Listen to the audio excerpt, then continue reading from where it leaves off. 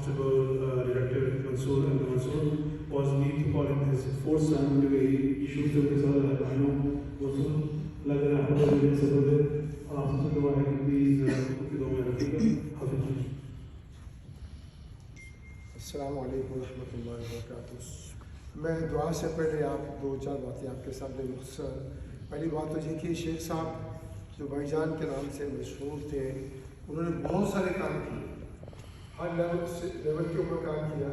تو میں اپنے آپ سے پوچھتا ہوں کیا میں نہیں کچھ کر سکتا کمیونٹی کے لیے، دین کے لیے، اپنے کی مخلوق کے لیے؟ آپ نہیں کر سکتے۔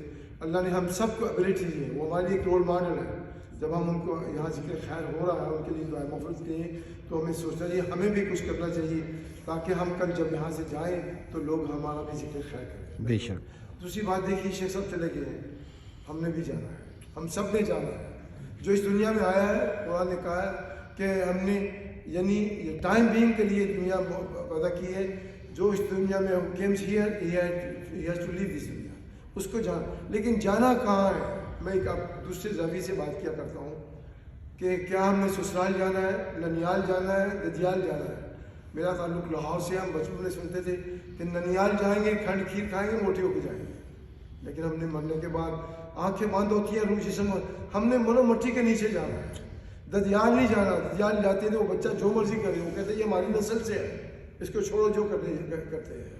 تو سسرال جانا ہے، سسرال جاتے ہیں، داماد بدتمیز سے بدتمیز کیوں نہ ہو، سسرال والے اس کے وہ بغل کرتے ہیں، اس لیے کہ اپنی بیٹی دی ہوتی ہے وہاں تاکہ اس کو یعنی سکھ کا چلے۔ اور پھر جب ہم نے جانا ہے یہاں، تو یہاں تو یہ دیکھیے کہ اللہ کے مخلوق ہے۔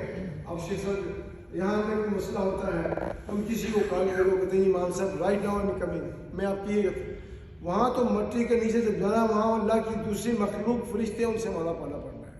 تو اس لیے نبی صلی اللہ علیہ وسلم نے جو بات کہی، انہوں نے کہا کہ عقل مند وہ ہے، the wisest person وہ ہے جو اس دنیا کے اندر روز مرہ اپنی اکاؤنٹیبلٹی کرتا ہے اور نیکسٹ لائف کے لیے اپنے آپ کو پرپیئر کرتا ہے۔ یہ بات ہمیں ذہن میں رکھنی چاہیے۔ اور جب ہم نے اور کامیاب انسان وہ ہے، نبی صلی اللہ علیہ وسلم، قرآن نے کہا جس کو کل قیامت کے دن جہنم کی آگ سے بچا لیا گیا یا اور پھر جنت میں داخل کر دیا گیا، وہ کامیاب ہے۔ ہم یہ سمجھتے ہیں ہم کینیڈا میں آئے ہیں، ہمیں یعنی بلو پاسپورٹ مل گیا ہے، ہمیں ڈاکٹر، میرا بچہ ڈاکٹر بن گیا، انجینئر بن گیا، ہم کامیاب، یہ کام ایک عارضی کامیابی ہے۔ اصل کامیابی تو وہ ہے کہ جس کو اللہ سبحانہ و تعالیٰ کل جہنم کی آگ سے محفوظ کرے گا اور جنت کے اندر داخل کرے گا۔ ہم شیخ صاحب کے بارے میں امید رکھتے ہیں، حسن ظن رکھتے ہیں کہ اللہ سبحانہ و تعالیٰ ان کو اعلیٰ علیین مقام عطا فرمائے گا، اس لیے کہ انہوں نے جو کام دنیا میں کیا ہے۔